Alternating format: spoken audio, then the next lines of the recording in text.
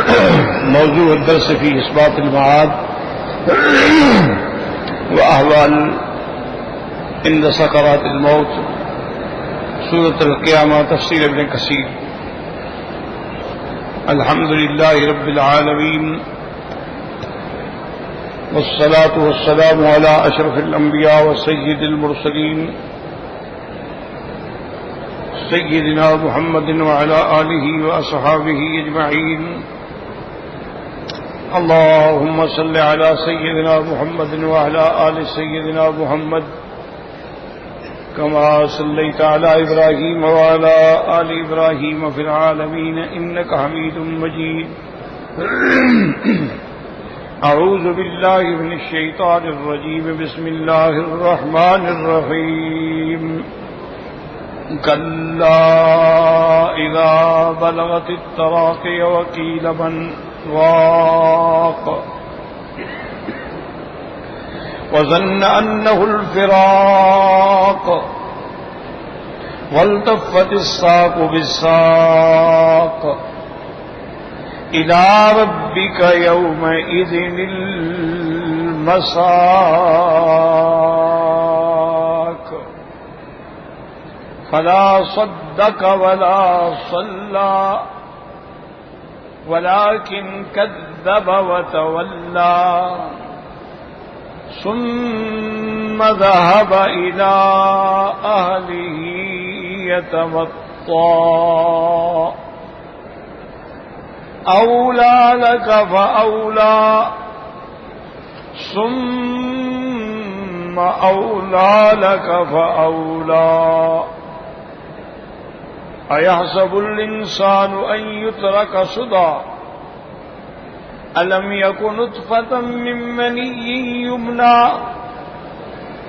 ثم كان علقة فخلق فسوى فجعل منه الزوجين الذكر والأنثى أليس ذلك بقادر على أن يحيي الموتى سبحانك بلى. قال المؤلف والمفسر رحمه الله تعالى أدام النفع بعلومه وعلومكم في الدارين آمين إلى أن قال كقوله تبارك وتعالى فلولا إذا بلغت الحلقوم وأنتم حينئذ تنظرون ونحن أقرب إليه منكم ولكن لا تبصرون فلولا إن كنتم غير مدينين ترجعونها إن كنتم صادقين. وهكذا قالها هنا كلا إذا بلغت التراقي. ويذكرها هنا حديث بشر بن حجاج الذي تقدم في سورة ياسين. والتراقي جمع ترقوت وهي قريبة من الحلقوم. ترقوت جو ہے اصل میں یہ نہر سے لے کر یہ عاتق کا حصہ ترقوت ہوتا ہے، حلقوم کے قریب. وقیل من راق قال اکرم بن عباس ای من راقی یرقی. ایک قول اس میں یہ ہے جیسے میں نے خلاصہ درس میں عرض کیا تھا کہ اب وہ کہتا ہے کہ ہے کوئی پڑھنے والا جو پڑھے جھاڑ پھونک کرے، جیسے کہ حضرت اکرمہ حضرت ابن عباس سے روایت کرتے ہیں کہ من راکن یرقی، کوئی ہے پڑھنے والا جو مجھ پہ پڑھے. وقال وکذا قال ابو قلابہ وقیل من راکن ای طبیب شاف، کوئی ہے طبیب، کوئی ہے حکمت والا، حکیم، علاج کرنے والا یا پڑھائی کرنے والا. وقضا قال قتادہ والضحاک بن زید قال ابی حاتم حدثنا ابی قال حدثنا نصر بن علی قال حدثنا روح بن المسیب ابو رجاء الکلبی حدثنا عمرو بن مالک عن ابی الجوزاء عن ابن عباس وقیل من راکن قیل من یلقى بروحه ملائکۃ الرحمۃ ام ملائکۃ العذاب وعلى هذا يكون من كلام الملائکہ. اب یہاں یاد رکھیں میں نے پہلے بھی عرض کیا تھا کہ دو قول ہیں. ایک قول تو یہ ہے کہ جب علاج اور دوائیں ختم ہو گئیں تو اب آدمی کہتا ہے یار کوئی پڑھنے والا بلاؤ، کوئی پڑھنے سے مجھے نجات مل جائے۔ اور دوسرا قول جو ہے وہ یہ تھا کہ بھی کون ہے جو اس کی روح کو لے کے جائے گا، رقا یرقی سے، کیونکہ جب بھی موت کا وقت آتا ہے تو ملک الموت کے ساتھ ملائکۃ الرحمت بھی ہے، ملائکۃ العذاب بھی ہے۔ تو اب یہ ہے کہ وہ کہیں گے اس کے روح کو کون لے جائے گا، یعنی ملائکۃ الرحمت لے جائیں گے یا ملائکۃ العذاب لے جائیں گے۔ تو ایک قول یہ بھی ہے، لیکن ان دو قولوں میں یاد رکھو پھر فرق ہوگا۔ پہلے قول پہ یہ ہے وکیل من راک، یعنی یہ وہ خود جو مرنے والا ہے وہ کہہ رہا ہے کہ ہے کوئی مجھ پہ جھاڑ پھونک کرنے والا، اور دوسرا قول یہ ہے وکیل من راک یعنی یرقی، اس کا معنی ہے کہ یہ قول ملائکہ کی طرف سے کہ فرشتے کہیں گے کہ بھی اس کو روح کو اوپر لے کے کون جائے گا، ملائکۃ الرحمت ام ملائکۃ العذاب۔ ایک بات اس میں سمجھیں کہ بھئی جو مومن کی روح ہے لا شک فی ذالک، اس کو ملائکۃ الرحمہ لے کے جاتے ہیں، رحمت کے فرشتے لے کے جاتے ہیں، اور جو کافر کی روح ہے اس کو عذاب کے فرشتے لے کے جاتے ہیں۔ اس میں تو کوئی شک نہیں کہ دونوں ملائکۃ الرحمہ ملائکۃ العذاب دونوں ملک الموت کے ساتھ۔ ایک وہ ہوتا ہے کہ جس کا معاملہ یعنی الجھن میں ہے، ایک ہے پکا مومن ملائکۃ الرحمہ لے جائیں گے، اچھی طرح دماغ میں بات کو رکھ لیں، اور ایک ہے پکا کافر ہے، موت کفر پہ آئی ہے، ملائکۃ العذاب لے جائیں۔ ایک یہ ہوتا ہے کہ کبھی کبھی ایک ہے تو مومن یعنی وہ ایمان والا تو ہے، لیکن اس سے گناہ ایسے ہوئے ہیں کہ جس کی سزا بڑی شدید ہے، تو وہاں اختلاف ہوتا ہے۔ یاد رکھیں، نہ مومن میں اختلاف ہے، جو مومن ہے، نہ کافر میں ہے۔ جیسے کہ صحیح حدیث مبارک میں ہے، ایک آدمی نے بنو اسرائیل کے زمانے میں اللہ معاف کرے 99 انسانوں کو بے گناہ قتل کر دیا۔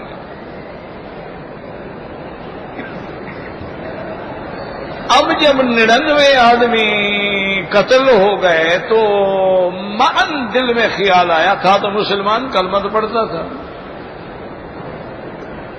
کہ بھئی میں اگر توبہ کر لوں، کہتے ہیں توبہ سے گناہ مٹ جاتے ہیں، تو کیا میرے گناہ بھی توبہ سے معاف ہو جائیں؟ وہ اسی مسئلے کو لے کے چلا، ایک آدمی سے پوچھا کہ بھئی میں نے 99 قتل کیا ہے، اب اگر میں توبہ کروں تو کیا میری توبہ قبول ہوگی؟ حل لی من توبۃ، کیا میرے لیے بھی توبہ کا دروازہ کھلا ہے کہ نہیں؟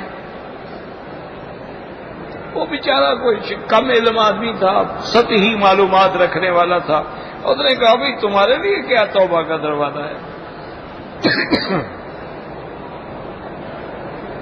یہ تو قرآن نے کہہ دیا ہے کہ من یقتل مؤمنا متعمدا فجزاؤہ جہنم خالدا فیہا، جو آدمی کسی مومن کو کسی مسلمان کو جان بوجھ کے قتل کرے اس کی سزا ہے کہ ہمیشہ جہنم میں رہے گا، وغضب اللہ علیہ، اس پر اللہ کا غضب ہے، ولعنہ، اس پر اللہ کی لعنت ہے، وأعد له عذابا مہینا، اور اس کے لیے اللہ نے بڑا اہانت والا عذاب تیار رکھا ہے۔ تو اس نے کہا یہ تو ایک آدمی کے قتل پہ سزا ہے، تم نے تو 99 قتل کیا ہوا ہے۔ چونکہ وہ عالم نہیں تھا، یہی مصیبت ہوتی ہے نا، ایک ہوتا ہے نا عام پڑا ہوا آدمی، جیسے آج کل ایک وبا آ گئی ہے کہ جی ہم اردو ترجمہ پڑھ لیں گے، انگریزی میں ترجمہ پڑھ لیں گے، ہم تفسیروں کا مطالعہ کر لیں گے، ان باتوں سے نہیں مسائل حل ہوتے، یاد رکھیں۔ ٹھیک ہے آپ کو فائدہ ہوگا، لیکن آپ یہ کہیں کہ آپ قرآن کو سمجھ جائیں گے، وہ بغیر استاد کے نہیں ہو سکتا، ممکن ہی نہیں۔ اگر صرف زبان جاننے سے مسائل حل ہو جاتے تو پھر قرآن اتارنے کے بعد پیغمبر بھیجنے کی ضرورت ہی کیا تھی؟ اللہ تبارک و تعالیٰ معاف کرے، اللہ معاف. اسی لیے وہ آدمی جو ہے نا وہ پھر بھٹک جاتے ہیں. اچھا اس کو بھی پتہ نہیں کیا خیال ہے، اس نے کہا یار میری توبہ تو قبول نہیں ہوگی. حالانکہ اب قتل کی سزا الگ مسئلہ ہے، توبہ الگ مسئلہ ہے. بات کو سمجھیں، ایک ہے قتل کی سزا، وہ تو سزا بڑی سخت ہے، لیکن کیا اس کے لیے توبہ ہے یا نہیں ہے تو الگ مسئلہ ہے. اس نے سزا کو سامنے رکھتے ہوئے فیصلہ کر دیا کہ توبہ ہی نہیں ہے. اس کو اتنا عقل ہی اتنا تھا. اور نے کہا بھائی دیکھو میری توبہ تو قبول نہیں ہوتی، چلو پھر میں 100 تو پورا کر لوں. تلوار ماری، اس کو بھی قتل کر دیا. تم بھی جاؤ ان کے ساتھ. جب توبہ قبول ہی نہیں ہونی، ایک کے قتل میں بھی اگر ہمیں عمر قید ہونی ہے، سزائے موت ہونی ہے، تو پھر 100 آدمی کو مار کے کیوں نہ مرے؟ اس کو بھی قتل کر دیا. اب 100 قتل ہوں گے. اس کے بعد پھر دل میں خیال آیا کہ بھائی میں نے واقعی گناہ تو بہت کر لیا ہے، لیکن مسئلہ یہ ہے کہ حل لی من توبۃ، کیا میرے لیے بھی توبہ ہے؟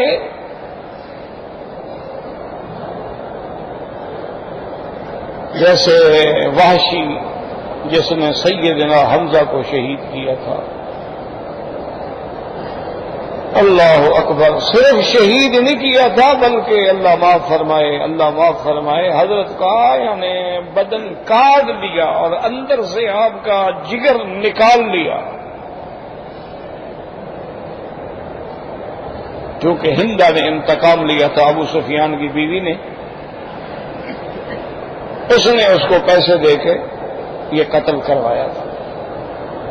بہرحال قتل ہو گیا.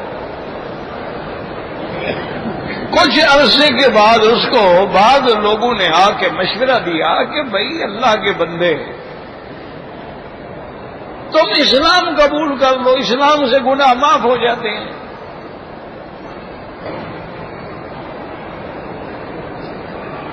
اور انہوں نے اس کو قرآن پڑھ کے بھی سنایا کہ ان اللہ لا یغفر ان یشرک بہ ویغفر ما دون ذلک لمن یشاء. اللہ تو شرک کو معاف نہیں کریں گے نا، جو شرک پر مر جائے، کفر پہ مر جائے، اس کے لیے معافی نہیں. اس کے علاوہ جتنے بڑے گناہ ہیں اس کے لیے معافی ہے. کہنے لگا بھی بات تو تم ٹھیک کہتے ہو، لیکن یہاں بھی تو شرط ہے نا کہ یغفر ما دون ذلک لمن یشاء، جس کو اللہ چاہیں گے بخشیں گے. تو میرا تو گناہ اتنا بڑا ہے تو مجھے اللہ کیوں بخشنا چاہیں گے؟ میں تو سیدنا حمزہ کا قاتل ہوں. کہنے لگا بھائی اس پہ مجھے تسلی نہیں ہوتی.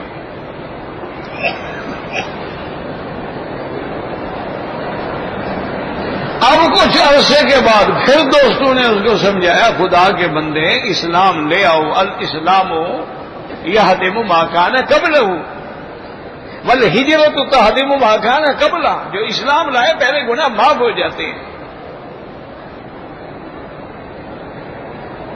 ہم نے کہا بھائی ٹھیک ہے، عام گناہ تو معاف ہو جاتے ہوں گے، لیکن میرا تو گناہ بڑا ہے نا. میں تو سرکار دو جہاں کے چاچے کا قاتل ہوں، میں تو سید الشہداء کا قاتل ہوں. پھر میں نے مسلح کیا، ٹکڑے ٹکڑے کیا، پھر آپ کا کلیجہ نکالا، آپ کا جگر نکالا. حضور پاک صلی اللہ علیہ وسلم اپنے چاچے کی موت پہ آپ کے آنسو آ گئے اور آپ نے فرمایا کہ مجھے اگر عورتوں کا خیال نہ ہوتا تو میں اپنے چاچے کو اسی حال میں چھوڑ دیتا، اس کو دفن بھی نہ کرتا، تاکہ قیامت میں کہہ سکوں کہ میرا اللہ تیری توحید کے لیے دیکھو میرے چاچے کے کتنے ٹکڑے ہو گئے. یعنی غصے میں.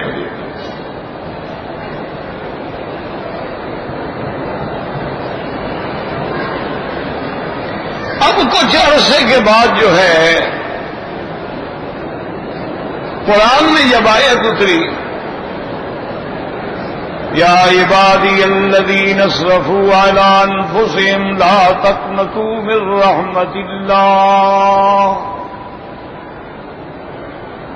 ان اللہ یغفر الذنوب جميعا انہ هو الغفور الرحیم.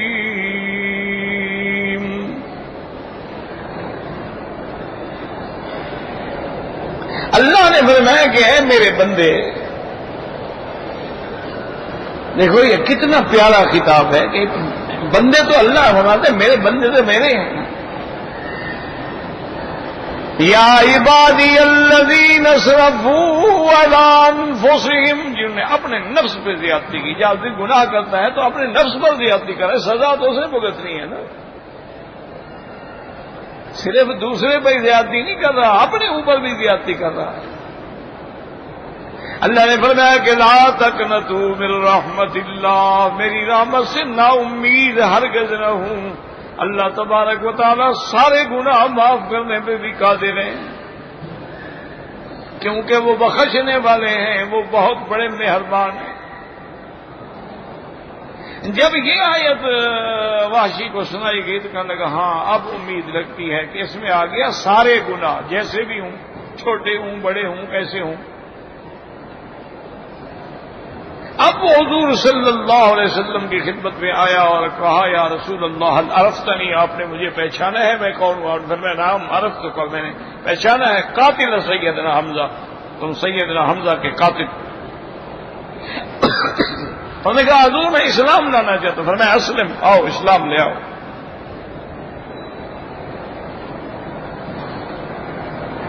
جب کلمہ پڑھ لیا تو حضور نے فرمایا اللہ تم کو اللہ نے اسلام نصیب کر دیا ہے، اب سارے گناہ معاف ہو.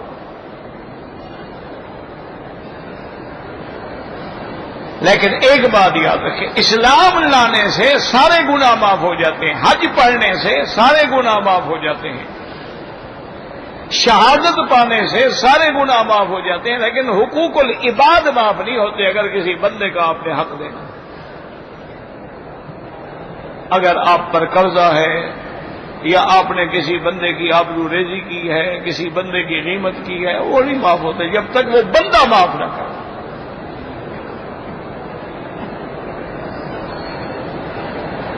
تو اب دیکھیں اتنا بڑا گناہ ہے لیکن اسلام لے آیا، معاف ہو گیا. اب وہ بیچارہ تو مسئلہ نہیں جانتا تھا نا، اس نے قتل کی شدت تو بیان کر دی لیکن توبہ والا پہلو نہ بیان کر سکا.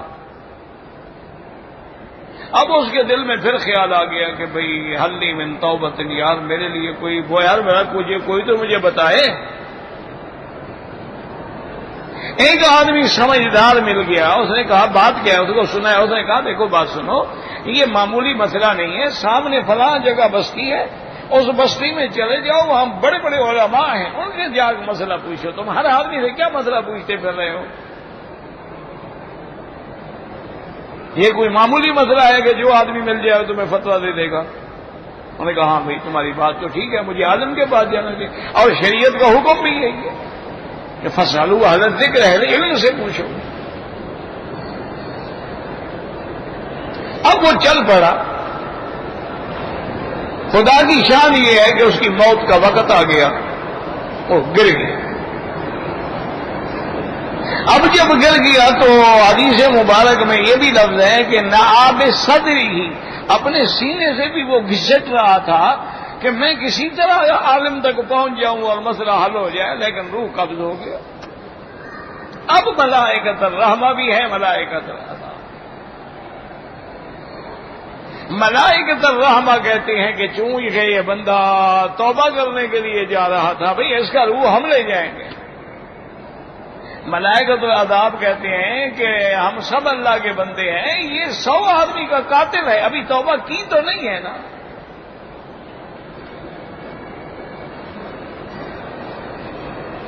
اس کی روح کو ہم قبض کر کے لے جائیں گے. ملائکہ نے کہا بھئی آپس میں اختلاف نہ کرو، ہم تو سارے اللہ کے بندے ہیں نا. اللہ کے آگے درخواست رکھتے ہیں یا اللہ یہ تیرا بندہ ہے، آپ جانتے ہیں 100 کا قاتل ہے، اب آپ فرمائیں کہ ہم اس کو کدھر لے جائیں.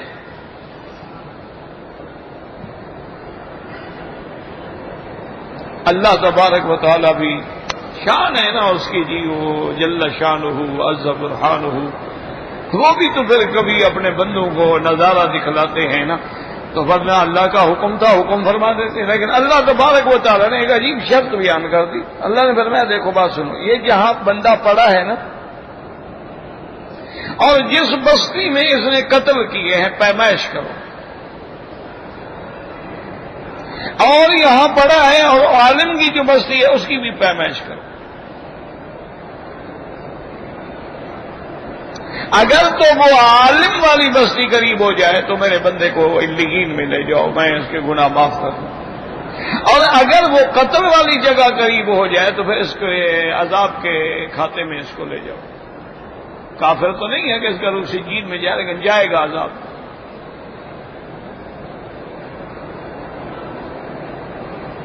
اللہ تعالی اگر حکم دے دیتے، لیکن دیکھو اس میں کتنے مسائل ہوتے ہیں حدیثوں میں۔ اب جب فرشتوں نے پیمائش شروع کی تو اللہ نے حکم دیا کہ ارض عالم قربی یا ارض العالم، اے عالم والی زمین سمٹ جاؤ، قریب ہو جاؤ، میں اپنے بندے کو بخشنا چاہتا ہوں۔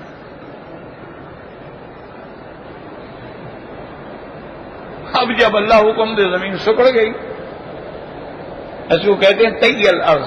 حضور نے فرمایا میرا ایک معجزہ یہ بھی ہے کہ اللہ میرے لیے زمین کو لپیٹ دیتے ہیں، سفر آسان ہو جاتا۔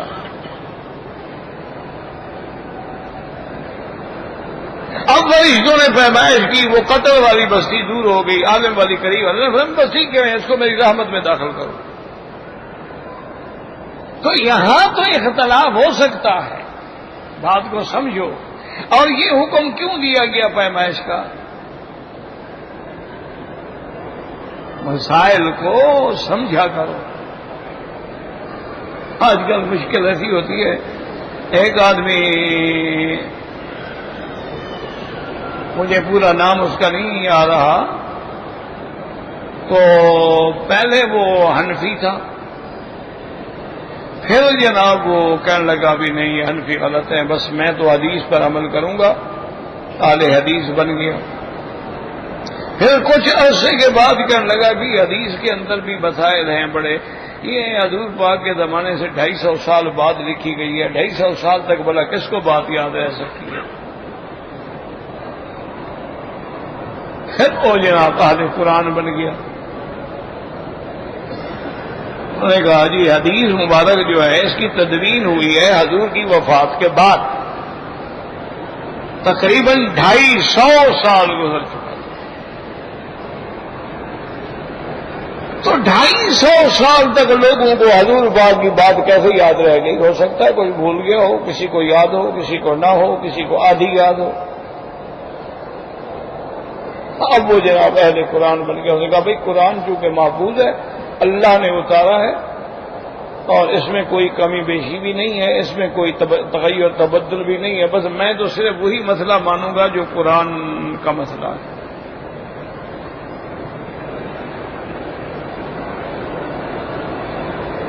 اب حضرت صاحب قرآن پہ آگے اہل قرآن بن گئے، اب قرآن پہ آ گئے، قرآن پہ غور کرنا شروع کر دیا، قرآن پڑھنا شروع کر دیا۔ ہر آدمی سے یہی بھائی بس قرآن جو قرآن کہے وہ ماننا ہے۔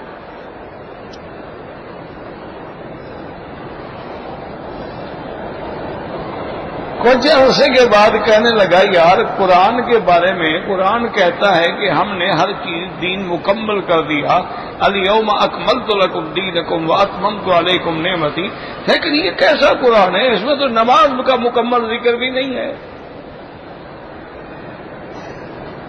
کہنے لگا اس میں تو یہ بھی نہیں ہے کہ فجر کی 2 رکعتیں ہیں اور ظہر کی 4 رکعتیں ہیں، اس میں تو نماز کا بھی ذکر نہیں ہے، احکام نہیں ہے، نہ اس میں نماز کے واجبات ہیں، نہ سنن ہے، نہ مستحبات ہیں، تو نماز پڑھنے کا حکم ہے بس۔ کہنے لگا جناب یہ کیسا قرآن ہے جو اللہ کے نبی پر بھی کہتا ہے کہ اے میرے نبی عورتوں کے لیے تم نعوذ باللہ قسمیں کھا لیتے ہو؟ تو جب نبی ایک عورت کو راضی کرنے کے لیے قسم کھا لے تو یہ تو نبی کی توہین ہو گئی۔ اب اہل قرآن جو حضرت بنے اب جناب قرآن سمجھ آئے، مگر قرآن کہتا ہے زکات دے دو، کہنے کہ زکات تو دے دیں بھائی، کتنا دے دیں؟ قرآن میں تو زکات کا نصاب بھی نہیں ہے۔ قرآن میں حج کا حکم تو ہے، لیکن یہ تو کہیں نہیں لکھا ہوا کہ اگر تم احرام کی حالت میں خوشبو لگا لو تو تم پہ دم پڑے گی، کپڑے پہن لو تو دم پڑے گی، بال مڈا لو تو دم پڑے گی، ناخن کاٹ لو تو دم پڑے گی، یہ تو کہیں نہیں ہے۔ تو حجی نہ نماز مکمل نہ حج مکمل، تو قرآن کیسے مکمل ہے؟ نتیجہ یہ نکلا کہ حضرت کافر ہو۔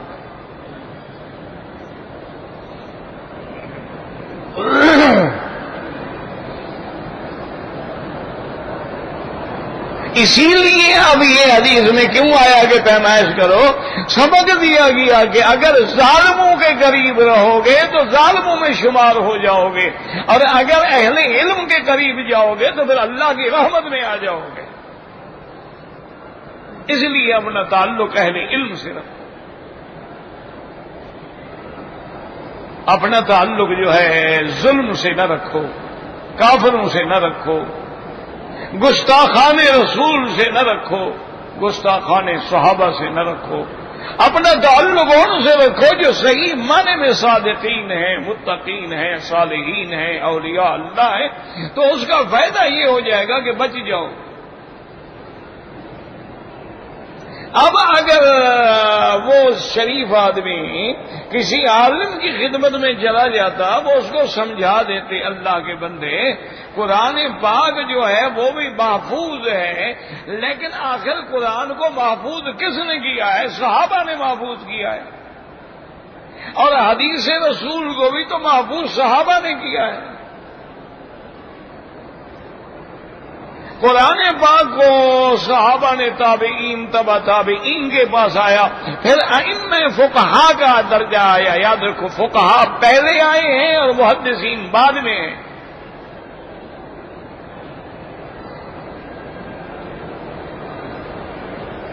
اور پھر محدثین کی تو ذمہ داری یہ ہوتی ہے کہ حدیث کے بارے میں ایک تو وہ ثبوت پہ بحث کرتے ہیں کہ یہ حدیث ثابت ہے یا نہیں ہے۔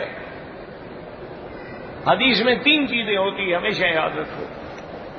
حدیث کا ثابت ہونا، اس مسئلے پہ دلالت ہونا، اور اس سے مسائل کا استنباط، اس کی فقہ ہونی، 3 چیزیں ہیں۔ تو محدثین نے تو حدیث کے ثبوت پہ زندگی گزار دی، فقہا نے باقی 2 چیزوں کو بھی ساتھ بحث کی۔ تو اب ہم جب ان کے دروازے پہ آئیں گے تو مسئلہ سمجھ آئے گا۔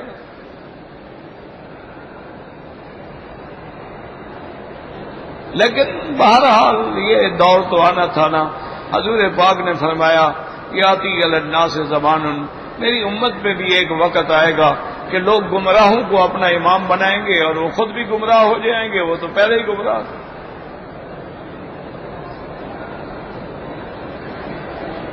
آج وہی دور آ گیا، یعنی خدا کی شان دیکھو کہ ڈاکٹر نہیں بن سکتا ہے، وہ جناب تعلیم حاصل کرے، امتحان پاس کرے، امتحان کے بعد جناب یہ ہے کہ وہ کسی ڈاکٹر کی دیر نگرانی پریکٹس کرے، اس کے بعد کہیں جا کر اس کو کام کرنے کی اجازت ملتی ہے۔ انجینئر ایسے نہیں بن سکتا۔ صرف قرآن کا مسئلہ ایسا ہے کہ ہر آدمی مولوی بن جاتا ہے۔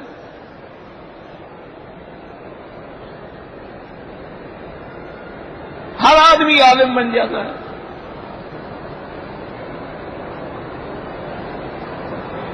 اسی لیے علماء نے، فقہا نے، محدثین نے شرط رکھی ہے کہ جس بندے کو 14 علم اللہ نے نصیب نہ کیے ہوں وہ قرآن و حدیث پر کبھی بحث نہ کرے، پہلے 14 علم حاصل کرے۔ اگر ان 14 علوم پہ اس کو دسترس ہو جائے تو اب پھر قرآن کو سمجھے۔ تو اس لیے یاد رکھیں، اس بچے کو، اس بیچارے کو مسئلہ سمجھ رہا ہے، اس نے کہا جی تم نے قتل کیا، اس کی سزا جہاد، وہ یہ نہ سمجھا بھائی سزا کی شدت الگ چیز ہے، توبہ الگ چیز ہے۔ جب توبہ سے شرک معاف ہو جاتا ہے، تو قتل بھی معاف ہو جاتا ہے۔ اب قتل میں حقوق العباد ہے تو وہاں اللہ نے 100 قتل معاف کر دیے، تو جن کا حق بنتا ہے اس کو اللہ خود راضی کرے، یہ نہیں ہے کہ ان کو حق نہیں دلایا جائے گا۔ جیسے گورنمنٹ کہہ دیتی ہے کہ بھائی جتنے لوگوں پہ قرضے ہیں وہ بادشاہ دیتے ہیں، کتنے لوگوں پہ ہر سال چھوڑتے ہیں، بادشاہ اعلان کر دیتا ہے بھئی جو لوگ جیلوں میں قرضے کی وجہ سے پڑے ہوئے ہیں ان کے قرضوں کی فہرست بنا اور قرضہ بادشاہ دے دیں گے۔ اب بادشاہ نے دے دیا تو حق والے کو تو حق مل گیا۔ اس لیے ہمیشہ قرآن پاک کو سمجھنے کے لیے، حدیث رسول کو سمجھنے کے لیے، تو اب یہ مسئلہ، یہ ساری بحث میں نے کیوں کی ہے اس کو سمجھو کہ کہتے ہیں کہ ملائکۃ، بھائی ملائکۃ عذاب ملائکۃ الرحمت وہاں اختلاف کر سکتے ہیں جہاں ایسا معاملہ ہو جیسے قاتل کا مسئلہ تھا، لیکن یہاں تو قرآن کہتے ہیں وَلَٰكِن كَذَّبَ وَتَوَلَّىٰ، یہ تو کافر ہے، اس کے لیے ملائکۃ الرحمہ کیسے کہہ سکتے ہیں کہ ہم اس کو لے جائیں گے؟ بات سمجھو، یہ ساری بحث میں نے اس لیے کی ہے خدا کرے تو ایک آیت سمجھ آ جائے تو انشاءاللہ میرے لیے نجات کا رستہ بن جائے گا۔ بھئی یہاں تو مسئلہ ہم پڑھ رہے ہیں نا کہ فلا صدق ولا صلی ولکن کذب وتولی ثم ذهب الى اهله يتمتع، پھر اللہ نے اس کا رد کیا کہ اچھا تم تکذیب کرتے یوم یحسب الانسان ان یترک سدی، تو یہاں کیسے اختلاف ہو سکتا ہے؟ تو اس لیے یاد رکھیں اس کے 2 جواب۔ ایک جواب تو یہ ہے کہ بھئی پہلا قول جو ہے وہی راجح ہے کہ قیل من راق، کیونکہ اب عمل کا تو وقت نہیں رہا ہے، اب میرے بچنے کی کوئی امید نہیں ہے کوئی پڑھنے والا، کوئی جھاڑ پھونک کرنے والا، اس کو بلائیں وہ آ کے پڑھے شاید میں بچ جاؤں، تو پہلا قول ہے تو پھر وہ اعتراض ختم ہو گیا۔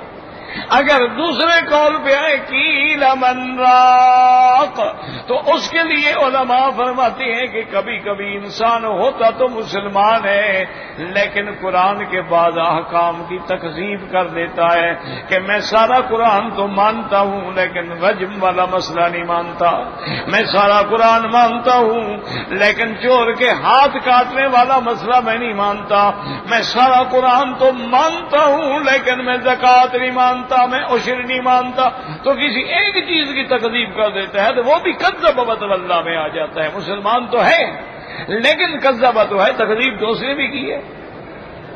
اس لیے اگر ایسا ہوگا تو پھر دوسرا قول بھی صحیح ہو سکتا ہے، ورنہ اگر کافر ہے تو کافر کے لیے تو معین ہے نا جی، من مات لا یشرک باللہ شیئا دخل الجنہ، حضور پاک نے فرمایا جو اس حال میں مرے کہ اللہ کے ساتھ کسی کو شریک نہ بنائے وہ جنت میں جائے گا۔ اگر گناہ ہیں اللہ کی مرضی معاف کر دیں یا اللہ چاہے تو سزا دیں لیکن جنت میں ضرور جائے گا۔ ومن مات یشرک باللہ شیئا دخل النار، اور جو شرک پہ مر گیا وہ ہر حال میں جہنم جائے گا۔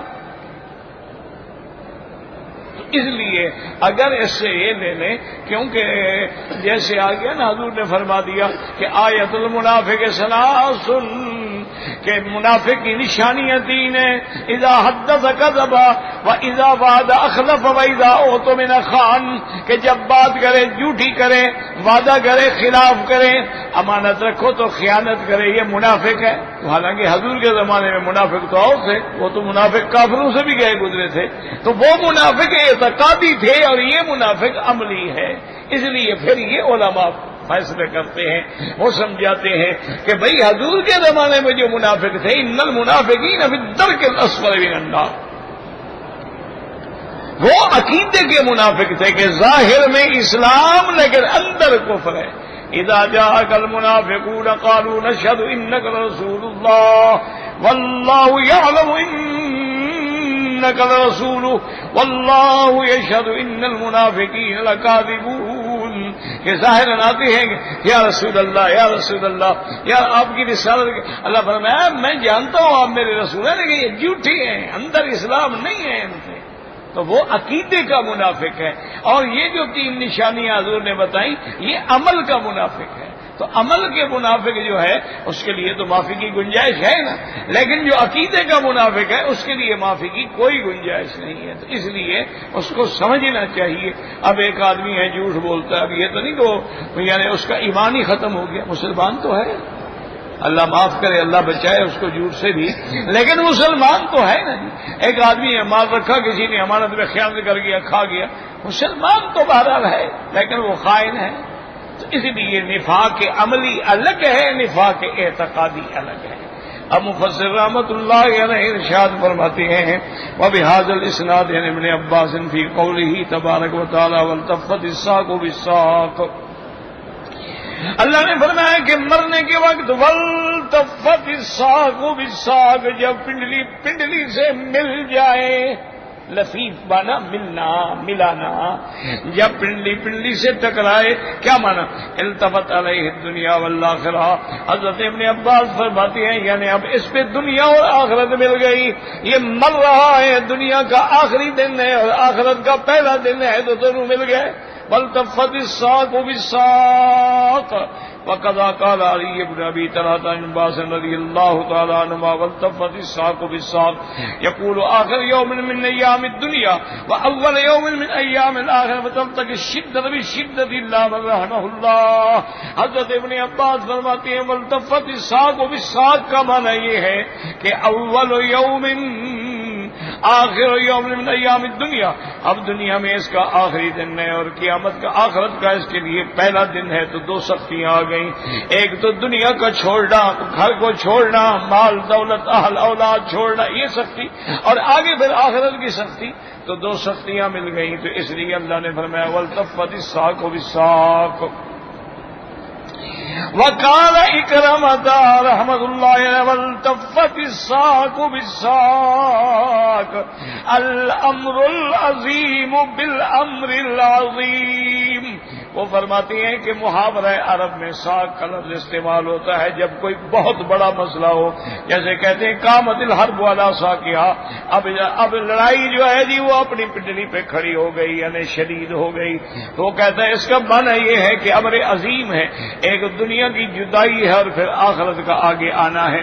وقال مجاہد بلاء ببلاء، اس کے لیے دو مصیبتیں ہو گئیں، ایک فراق دنیا اور ایک استقبال آخرہ. وقال الحسن البصری رحمہ اللہ تعالی فی قولہ تبارک وتعالی والتفت الساق بالساق ہما ساقاکا اذا التقطا. حضرت حسن بصری فرماتی ہیں اس سے مراد یہ ہے کہ بندے تیری دو پنڈلیاں جو ہیں جب موت آتی ہے، سانس نکلتی ہے، پنڈلی پنڈلی سے مل جاتی ہے، اس سے مراد یہی ہے، یہ تیری پنڈلیاں مراد ہیں، اس سے مراد جو ہے وہ امر عظیم نہیں ہے. اب اس کے بعد فرماتے ہیں فی روایت ماتت رجلاہ فلم تحملاہ وقد کان علیہما جوالا. حضرت حسن بصری فرماتی ہیں اب اس کی دونوں پنڈلیوں سے روح نکل گئی ہے، گویا کہ پنڈلیاں مر گئی ہیں، جن پہ کبھی دوڑا کرتا تھا، چلا کرتا تھا، اب جناب چلنے کے قابل بھی نہیں، ان پہ کھڑے ہونے کے قابل بھی نہیں، پنڈلی پنڈلی سے ٹکرا گئی ہے، مردہ ہو چکی ہے. وقد قال صدی نبی مالک وفی روایت حسن ہوا لفظ ما فی الکفن. ایک روایت حضرت حسن سے ہے، وہ فرماتے ہیں والتفت الساق بالساق کا معنی یہ ہے کہ پنڈلی پنڈلی سے مل گئی، یعنی کفن کے اندر دونوں ٹانگوں کو ملا دیا گیا. اور جی انگوٹھے باندھو پاؤں کے، انگوٹھے باندھ دو، پنڈلی پنڈلی سے مل گئی ہے. اس کے بعد وقال ذاك والتفت الساق بالساق اجتمع عليه امران الناس يجهزون جسده وابناء يجهزون روحه. حضرت ضحاک فرماتی ہیں والتفت الساق بالساق کیا معنی؟ وہ فرماتی ہیں اجتمع علیہ امران، اس کے لیے دو مسئلے آ گئے. لوگ اس کے بدن کو جنازہ بنا کے لے جا رہے ہیں اور فرشتے اس کے روح کو لے جا رہے ہیں، تو یہ دونوں چیزیں جمع ہو گئی ہیں، اس لیے فرماتے ہیں والتفت الساق بالساق.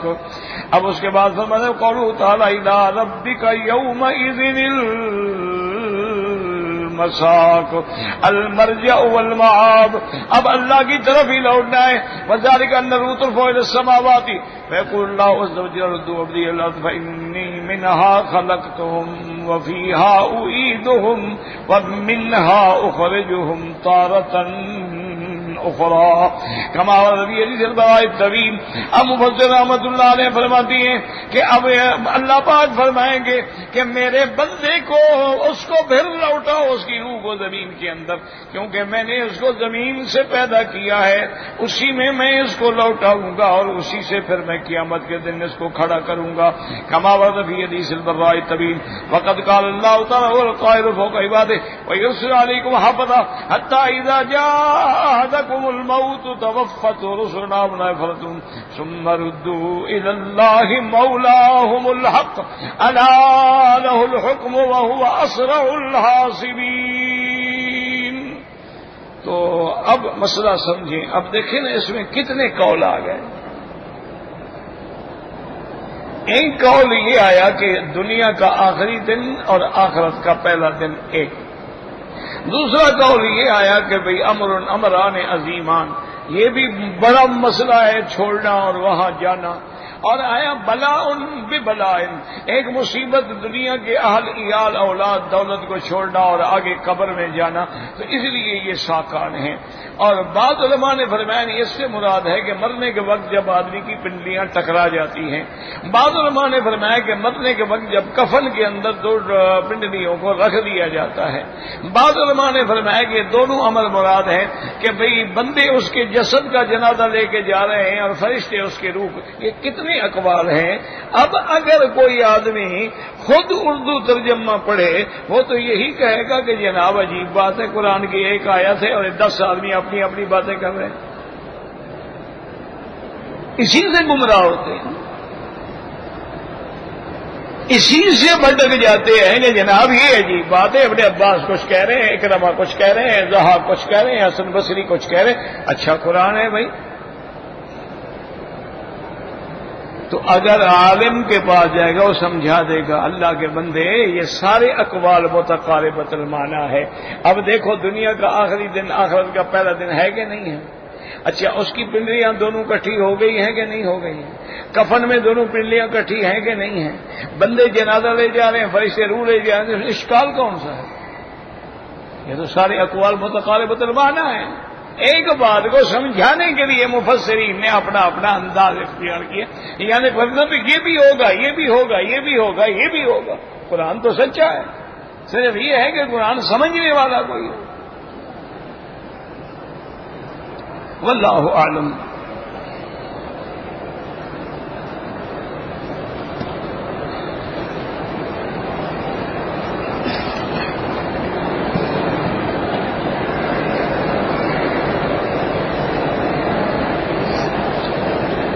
کہتے ہیں کہ اگر کسی نے بیوی کو ایک طلاق دی لیکن 3 حیض گزر گئے، اس نے رجوع نہیں کیا، ورنہ تو اس کو حق تھا نا جی کہ 3 حیض گزرنے سے پہلے رجوع کر لیتا. لیکن 3 حیض گزر گئے، 3 قروء جو تھے وہ گزر گئے. اب وہ نکاح بالکل دوبارہ نکاح کر لے، حلالے کی کوئی ضرورت نہیں. حلالہ تو وہاں ہوتا ہے جب 3 طلاقیں دی جائیں. اس نے تو طلاق ہی ایک دی ہے، حلالہ کیوں ہو؟ ایک طلاق دی ہے، رجوع کر لیتا تو اس کو نکاح کی ضرورت بھی نہ پڑتی. لیکن چونکہ عدت گزر گئی ہے اب رجوع نہیں کر سکتا، دوبارہ نکاح کر لے.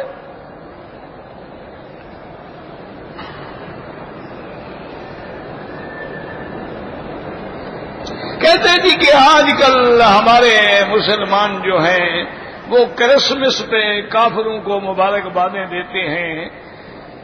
بھائی بس صرف باقی یہی کام رہ گئے، اسلام ہمارے پاس ہے کہاں؟ یہ تو وہی دور ہے کہ لم یبق من الاسلام الا اسمہ ولم یبق من القرآن الا رسمہ. اسلام میں نام باقی رہ جائے گا، قرآن کے حروف باقی رہ جائیں گے، عمل کرنے والا تو کوئی نہیں ہوگا. کیا کبھی صحابہ نے عیسائیوں کو کرسمس پہ مبارکباد دی ہے؟ تابعین، محدثین. ایک ہے کہ اپنا یعنی یہ ان کے ایسے اتوار ہیں جو ان کے مذہب کے لیے ہیں، یہ عام بات نہیں ہے. ایک ہے کافر کی شادی دعوت دی تم چلے گئے، کوئی بات نہیں۔ اچھا کسی کافر کے یہاں بیٹا ہوا، اس نے خوشی کی، ہمسائے تھے تم کو بھی بلا لیا، کوئی بات نہیں۔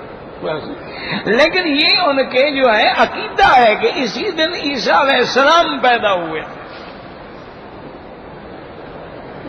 تو اگر آپ ان کے عقیدے کے تہوار کے مبارکباد دیں گے، اس کا معنی ہے آپ اس کے عقیدے کو صحیح کہہ رہے ہیں، صحیح سمجھ رہے ہیں۔ جیسے ہندوؤں کے بعض جو ہے ان کا شعار ہے، جیسے دیوالی ہے، ہولی ہے، اچھا وہ لنگی باندھنے کا طریقہ ہے، چوٹی رکھنا ہے، تلک لگانا ہے، یہ ان کے شعار ہیں، یہ اختیار کرو گے تو اسلام کے خلاف ہے۔ اس لیے بہرحال جہاں کسی کے عقیدے کی بات ہے وہاں آدمی کو احتیاط کرنی چاہیے۔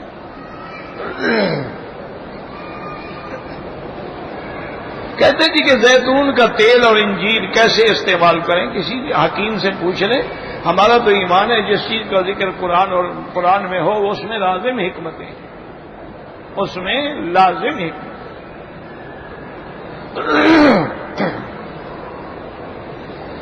کہ اللہ نے قرآن میں نام لیا ہے کہ والتین والزیتون، اور دوسرا میرے مدنی پاک کا فرمان ہے، رحمت دو جہاں صلی اللہ علیہ وسلم فرمان ہے کہ کلوا وادہنوا فإنہا من شجرۃ مبارکۃ، کہ بھئی یہ زیتون کا تیل، زیتون جو ہے کھایا بھی کرو اور اس کا تیل لگایا بھی کرو، اگر درد ہے تکلیف ہے مالش کیا کرو، یہ بڑے مبارک درخت سے نکلا۔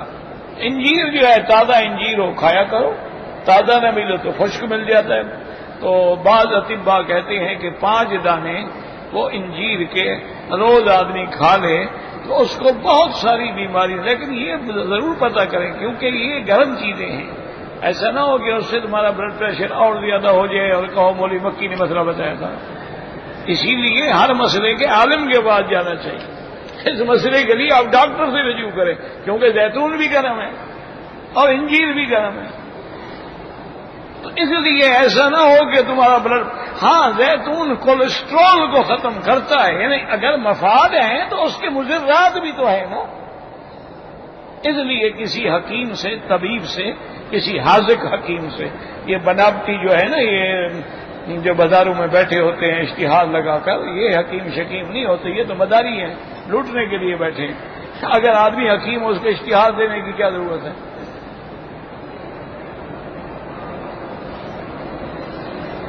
بہت سارے لوگ دیکھیں، آپ نے پڑھا ہوگا، اشتہار دیتے ہیں کہ اسم اعظم ہے ہمارے پاس، آپ ہمیں 100 روپیہ منی آرڈر کر کے بھیج دیں تو ہم آپ کو دعا لکھیں گے۔ وہی تمہارے پاس اسم اعظم ہے، تم بڑے الو ہو کے پھر لوگوں سے پیسے مانگ رہے ہو۔ اسم اعظم پڑھو اور اللہ سے مانگ لو، تمہیں کیا ضرورت ہے لوگوں سے پیسے لینے کی؟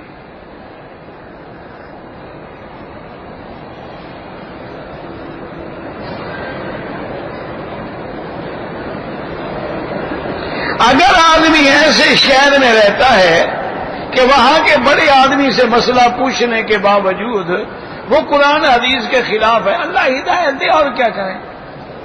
بہتر یہ ہے کہ ایسی جگہ کو چھوڑ دو، جس جگہ دین خطرے میں پڑ جائے اس سے ہجرت کرو۔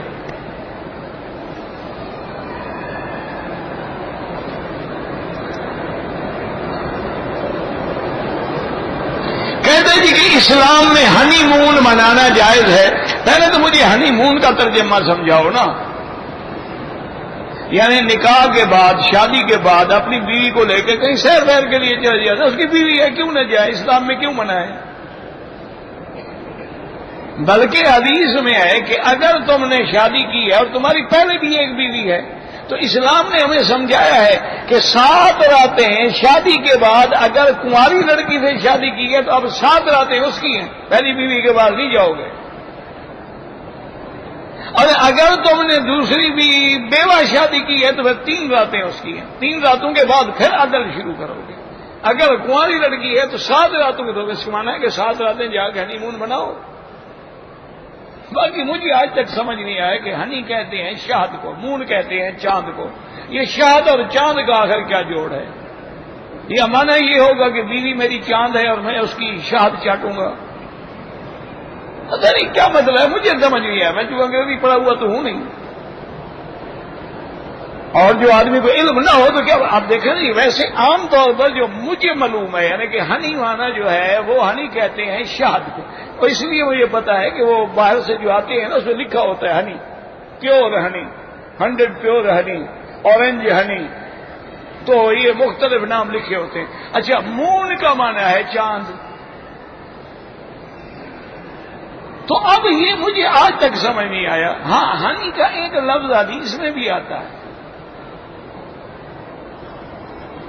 وہ یہ ہے کہ ایک آدمی نے طلاق دے دی، اب اس عورت نے دوسرے بندے سے شادی کر لی، اب وہ چاہتی تھی کہ میں اس بندے سے جان چھڑاؤں، تاکہ پھر پہلے شوہر کے پاس جانا چاہتی تھی نا، ایک الٹی کھوپڑی ہوتی ہے نا، جیسے نکالا ہے پھر وہیں جانا چاہتی ہے۔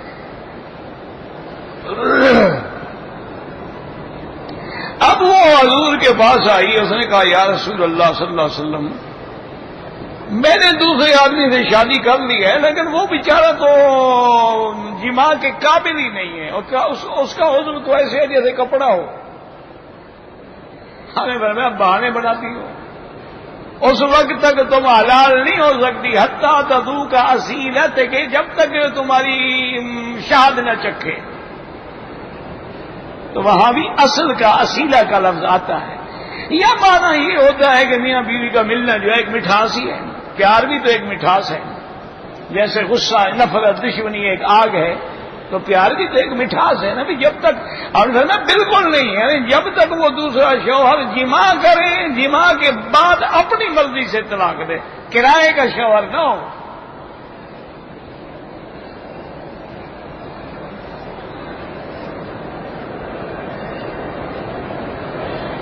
آج کل تو اللہ معاف کرے، مجھے کسی نے کہا ہے، سچ ہے جھوٹ ہے، اللہ کے حرم میں بیٹھے ہوئے ڈر لگتا ہے، انہوں نے کہا جی بعض مولوی صاحبان نے اپنے مدرسے کے باہر بورڈ بھی لگایا ہوتا ہے حلالہ ہاؤس، اللہ عالم سچ ہے جھوٹ ہے، مجھے کسی نے کہا۔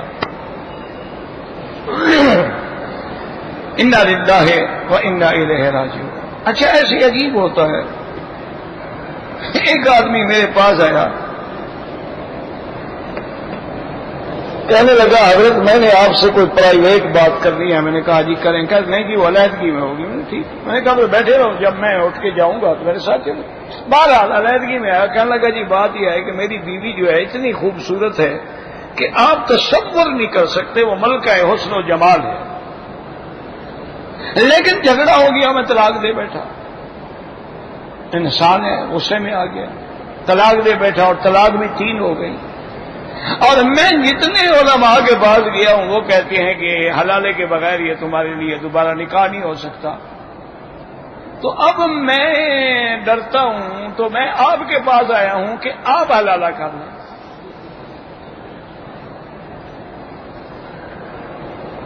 میں نے اس کو کہا، نے کہا بھی بات سنو، تمہیں سارے مکے میں ایک پاگل میں نظر آیا ہوں؟ کہتے جی کیا مطلب؟ میں نے کہا جب وہ ملکہ ہے اس میں جمال ہے، میں کیوں چھوڑوں گا اس کو؟ کرا دو میرا نکاح، میں طلاق نہیں دوں گا، مجھے بھی تو پھر ملکہ ہے حسن و جمال چاہیے نا۔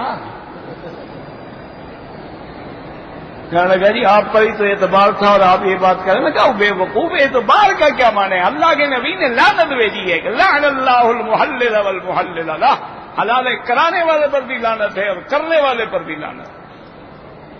حلال یہ تھوڑا ہے کہ کرائے پر شادی کرا لو، وہ دوسری شادی کرے اپنے منشے سے کرے، اب وہ بندہ اتفاق ہے مر گیا تو اب پہلے کے لیے حلال ہو گئی، یا اس نے خود اپنے منشے سے طلاق دی۔ بس کیا کریں آدمی، اللہ معاف کرے گی۔ اگر کوئی حنفی ہے تو ناف کے اوپر بھی ہاتھ باندھ سکتا ہے۔ گزارش یہ ہے، یہ کون سا فرض کا مسئلہ ہے جناب، کون سا اصول دین ہے؟ ناف کے نیچے بھی ہاتھ باندھنے کی حدیث ہے، اوپر باندھنے کی بھی حدیث ہے، اور ایک روایت میں آتا ہے لیکن علماء نے اس پہ اعتراض کیا ہے کہ سینے پر حدیث ہاتھ باندھنے کی، تو لیکن بہرحال تو کوئی بات نہیں، ہاتھ کہیں بھی باندھ لیں۔ اچھا، اصل میں دیکھو نا جی، پتہ نہیں تم جھگڑا کیوں کرتے ہو، لڑتے کیوں؟ دعا کرو اللہ ہمارے جھگڑے دور کرے. یہ اللہ کی رحمت ہے. ہر بندہ اب دیکھو نا جی، ایک آدمی سمارٹ ہے ماشاءاللہ، وہ تو جناب چلو سینے پہ بھی باندھ لے گا، ناک پہ بھی باندھ لے. ایک آدمی کا یہاں پیٹ ہے، وہ کہاں باندھے گا؟ کیا خیال ہے آپ؟ باندھ کے دکھواؤ مجھے. تو یہ حکمت ہے، رحمت ہے، اللہ کی عنایت ہے ہم پر، احسان ہے. یہ کوئی ایسے اصول کے مسئلے نہیں ہے کہ جن میں آدمی حنفی نہیں رہے گا یا شافی نہیں رہے گا. لیکن بہرحال جو لفظ سنت آتا ہے وہ حضرت علی کی روایت میں ہے. وہ فرماتے ہیں کہ وضع الکف علی الکف تحت سدرۃ ناف، کے نیچے باندھنا جو ہے وہ سنت. اس کو انہوں نے کہا میں نے سنت ہے. ایک ہے حدیث ہونا، ایک ہے سنت ہونا، فرق ہے آسمان زمین کا. سنت کبھی ضعیف نہیں ہوتی، حدیث تو ضعیف بھی ہو سکتی ہے.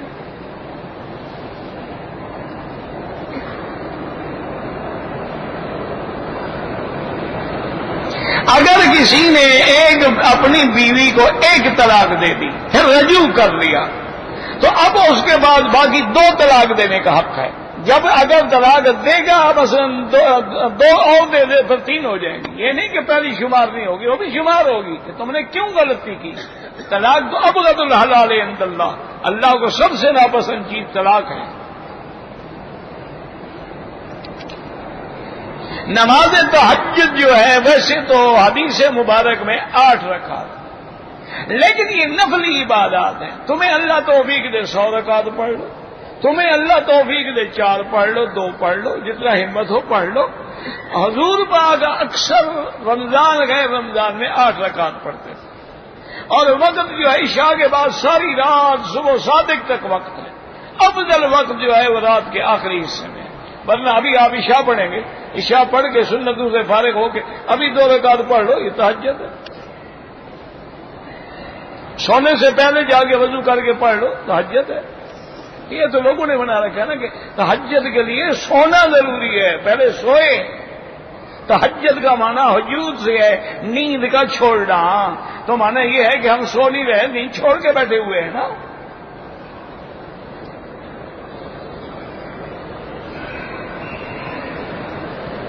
ایک عورت کو حیض آیا رمضان میں، اس کے ذمے روزے جو ہیں وہ قضا ہے، نمازیں جو ہیں وہ قضا نہیں کرے گی. یہ بھی دیکھو اللہ کا کتنا احسان ہے. اگر نمازیں قضا کرنی ہوں اور 8 دن حیض ہو تو 40 نمازیں ہو گئی نا جناب. اور روزے تو سال میں 1 دفعہ آئیں گے نا. یہ حیض تو مہینے میں 1 دفعہ ضرور آئے گا، سال میں 12 حیض آئیں گے. تو اب جناب یہ ہے کہ اگر وہ نمازیں پڑھے گی 8 دن میں 5 40 اور 12 سال کے اندر 12، وہ تو کتنی ہو جائیں گی؟ 640 ہو جائیں گی. اللہ کی عنایت ہے کہ نماز معاف ہے، روزے قضا کرو. اب اس نے جتنے رمضان کے روزے چھوڑے ہیں وہ گن کے اندازہ کر کے رکھنا شروع کر دے. کبھی 1 رکھ لیا، کبھی 2 رکھ لیے، کبھی 3 رکھ لیے، جیسے جیسے فرصت ملی وہ اس کے ذمے ہے قضا کرنا ہے. کہتے جی کہ حنفی وطر جو پڑھتے ہیں ہاتھ اٹھانا ضروری نہیں ہے. ان کے نزدیک یہ ہے کہ ہاتھ اٹھانا جو ہے وہ ضرور، اگر کوئی اٹھا لے اللہ کے بندے تو وہ کوئی حنفیت سے نہیں نکل جائے گا. دعا اصل میں یاد رکھو، دعا قنوت کیا ہے؟ دعا ہے. تو دعا حضور نے ہاتھ اٹھا کے بھی مانگی ہے، بغیر ہاتھ اٹھائے بھی مانگی ہے. تو کیا ہو گیا ہے؟ اب باقی مسئلے یہی رہ گئے، اسی پہ ہم لڑتے رہیں گے. کیا خیال ہے؟ اسی لیے ہماری نئی نسل جو ہے وہ دین سے بھاگ رہی ہے. وہ کہتے ہیں مولوی تو ابھی تک ٹانگوں پہ لڑ رہے ہیں کہ کتنی کھلی ہو. اللہ کے بندے دعا ہے، دعا میں ہاتھ اٹھانا بھی ثابت ہے اور ہاتھ اٹھائے بغیر بھی دعا سے. اور حضور ہر نماز کے بعد بغیر ہاتھ اٹھائے دعا کرتے تھے.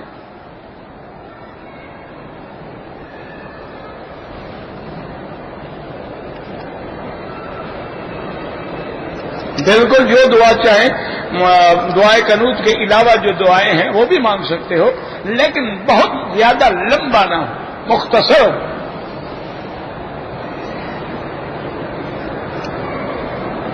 یہ تو کوئی ہندی میں لکھا ہے جو میں پڑھ نہیں سکتا. مغرب کی 2 سنت جو ہے مغرب کی نماز سے پہلے، مغرب کی سنت ہے ہی مغرب کے بعد، تو پہلے کیسے ہو گئی؟ اگر وضو کرنے کے بعد میں نے ناخن کاٹ لیے کوئی بات نہیں، وضو دوبارہ کیوں کرنا پڑے گا؟ ناخن کاٹنے سے تو وضو نہیں ٹوٹ جاتا۔ کہتے جی کراچی میں گدے کا گوشت بکتا ہے، وہاں تو انسانوں کا گوشت بک رہا ہے یار، وہاں تو انسانوں پر وحشیانہ ظلم ہو رہا ہے، یعنی نعوذ باللہ نعوذ باللہ۔ کراچی تو اب کربلا ہے۔ انا للہ و انا الیہ، دعا کرو اللہ امن قائم فرمائے، اللہ مسلمانوں کی جان مال آبرو عزت کی حفاظت فرمائے، اور میرا اللہ وہ درندے جو کر رہے ہیں یا کرا رہے ہیں ان پہ اپنی قدرت سے قہر نازل فرما۔ ہم کچھ نہیں کر سکتے، ہم بے بس ہو چکے ہیں، کوئی قانون نہیں، کوئی فورسز نہیں۔ ان سے پوچھو نا جو بچوں کی لاشیں اٹھا کے جا رہے ہو، انا للہ و انا الیہ، یار جرم کیا ہے؟ ہمارے کتنے جوان مارے گئے، کتنے معصوم بچے۔ ابھی آج میں پڑھ رہا تھا کسی عالم دین پہ حملہ ہوا، انا للہ و انا الیہ۔ ہمارے خود کتنے علماء شہید ہو گئے۔ یا اللہ رحم فرما۔ کہتے جی کہ گائے یا بھینس کے بچے کو ذبح کر سکتے ہیں، 3-4 میں کر سکتے ہیں، کوئی منع نہیں۔ گوشت میں پانی بھرتے ہیں، پتہ نہیں کیا کرتے ہیں، گوشت میں پانی بھرتے ہیں، اللہ عالم، یعنی موٹا نظر آئے، اللہ